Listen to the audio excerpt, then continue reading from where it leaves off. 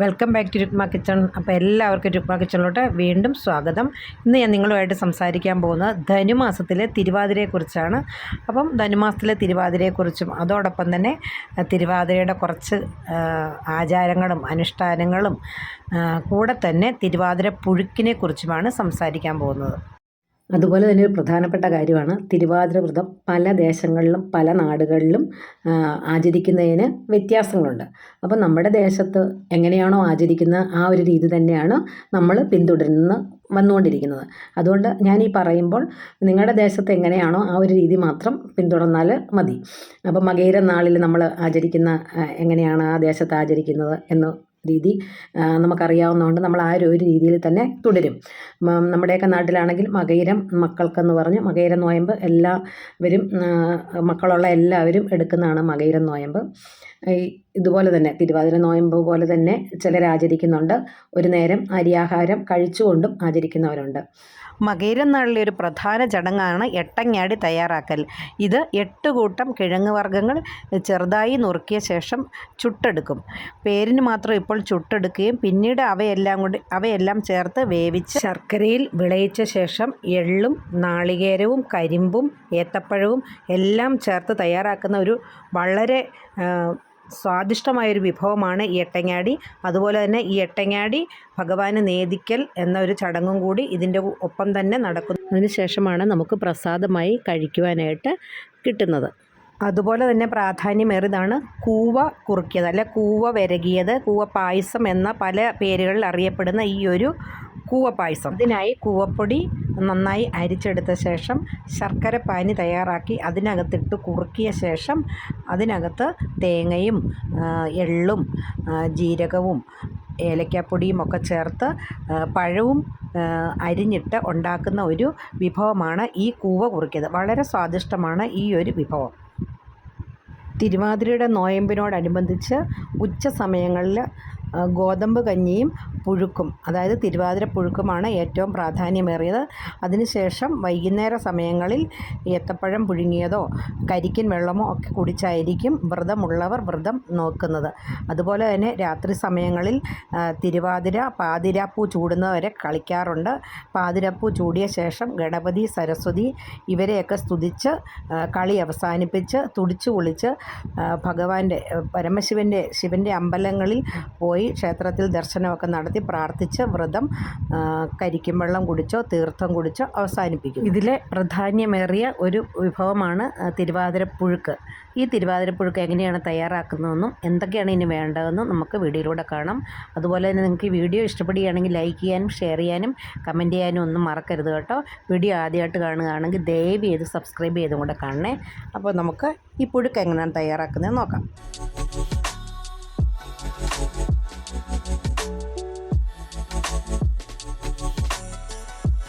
അതിനായിട്ട് നമ്മൾ ആദ്യമായിട്ട് വൻപയർ തലേദിവസം വെള്ളത്തിലിട്ടത് കഴുകി വൃത്തിയാക്കി എടുത്തിട്ടുണ്ട്. കുക്കറിലോട്ട് മാറ്റിയിട്ടുണ്ട്.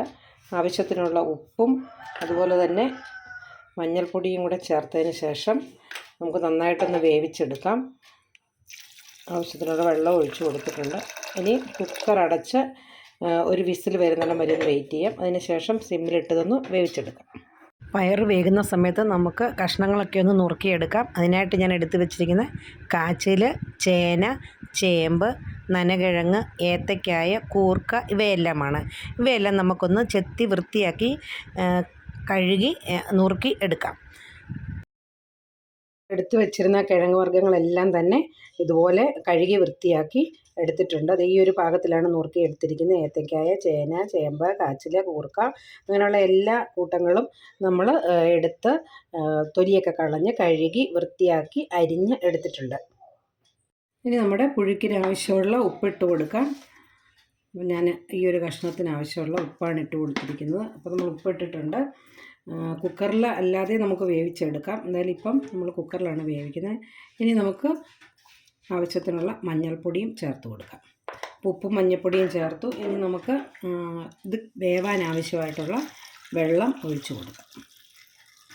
നമ്മൾ പുഴുക്കിന് ആവശ്യമായുള്ള വെള്ളം ഒഴിച്ച് കുക്കർ ഇനി അടയ്ക്കാം. അപ്പോൾ നല്ലൊരു മണമൊക്കെ വരാൻ വേണ്ടിയിട്ട് നമ്മളൊരു 2 തണ്ട് കറിവേപ്പിലയും കൂടി ഇതിന് മുകളിൽ ഇട്ട് കൊടുത്തിട്ടുണ്ട്. ഇനി കുക്കർ അടച്ച് വെയിറ്റ് ഇട്ട് ഒരു വിസിൽ വരുന്നതോടെ വെയിറ്റ് ചെയ്യുക. എന്നിട്ട് സിമ്മിലിട്ട് വേവിച്ചെടുക്കാം. നമ്മുടെ കഷ്ണമൊക്കെ വെന്ത് വരുമ്പോഴത്തേനും നമുക്ക് അരപ്പ് തയ്യാറാക്കാം. അതിനായിട്ട് ഞാനൊരു തേങ്ങ നന്നായി തിരുമ്മി എടുത്തിട്ടുണ്ട്. കൂടെ തന്നെ ഒരു 1/4 ടീസ്പൂൺ ജീരകം, കാശ്മീരി ചില്ലി പൗഡർ കുറച്ചെടുത്തിട്ടുണ്ട്, ഒരു 1/2 ടേബിൾ സ്പൂണോളം, 1/2 ടേബിൾ സ്പൂൺ എരിവുള്ള മുളകും എടുത്തിട്ടുണ്ട്. കൂടെ തന്നെ കുറച്ച് കറിവേപ്പില എടുത്തിട്ടുണ്ട്. ഇതൊരു നോയമ്പ് നോക്കുന്നവർക്ക് കഴിക്കാനുള്ളത് കൊണ്ട് തന്നെ വെളുത്തുള്ളിയോ ചുമന്നുള്ളിയോ ഒന്നും നമ്മളിതിനകത്ത് ചേർക്കുന്നില്ല. നിങ്ങൾക്ക് ആവശ്യമുണ്ടെങ്കിൽ ചേർക്കാം. ഓരോ നാടുകളിൽ ഓരോ രീതിയാണ്. നമ്മുടെ ഇവിടെ നോയമ്പുള്ളത് കൊണ്ട് തന്നെ വെളുത്തുള്ളിയും ചുമന്നുള്ളിയും നിഷിദ്ധമായതുകൊണ്ട് അത് ചേർക്കുന്നില്ല. ഇതെല്ലാം ചേർത്ത് നമുക്ക് മിക്സിയുടെ ജാറിലൊന്ന് അരച്ചെടുക്കാം, ഒന്ന് ചതച്ചെടുക്കാം. ജാറിലോട്ട് ഇതൊന്ന് മാറ്റാം.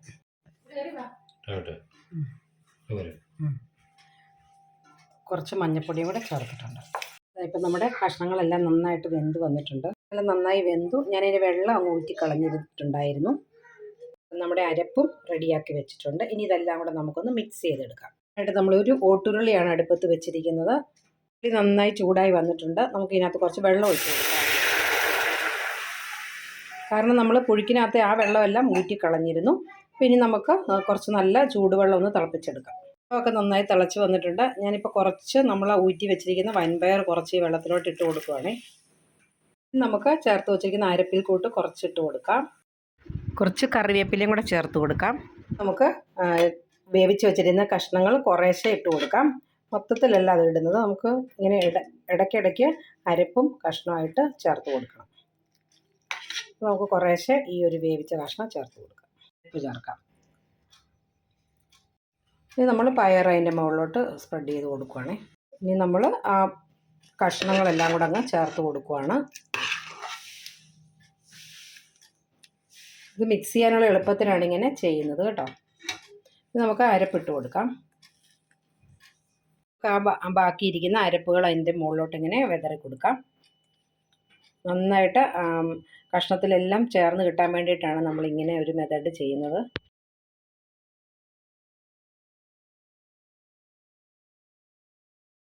വീണ്ടും നമ്മൾ ബാക്കിയിരിക്കുന്ന കായും കൂർക്കയും ചേനയും എല്ലാം കൂടെ പുഴുങ്ങിയ ഇത് ഇട്ട് കൊടുത്തിട്ടുണ്ട്. നന്നായിട്ട് വെന്തിട്ടുണ്ട്. ഇനി നമുക്കിതെല്ലാം കൂടെ ഒന്ന് മിക്സ് ചെയ്ത് കൊടുക്കാം.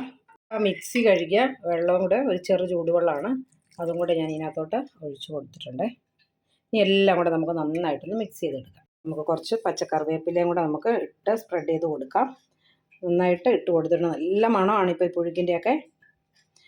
നമ്മുടെ കായും കൂർക്കയും ചേനയും ചേമ്പും കാച്ചിലും എല്ലാം കൂടെ ഇട്ട് കരിവേപ്പില ഇട്ട് നമ്മൾ നന്നായിട്ട് സെറ്റാക്കിയിട്ടുണ്ട്. ഇനി നമുക്ക് ഈ കറിവേപ്പിലയുടെ മുകളിലോട്ട് നല്ല പച്ച വെളിച്ചെണ്ണ ഒരു 2 ടേബിൾ സ്പൂണോളം ഒഴിച്ച് കൊടുക്കാം. നന്നായിട്ടൊന്ന് സ്പ്രെഡ് ചെയ്ത് കൊടുക്കാം.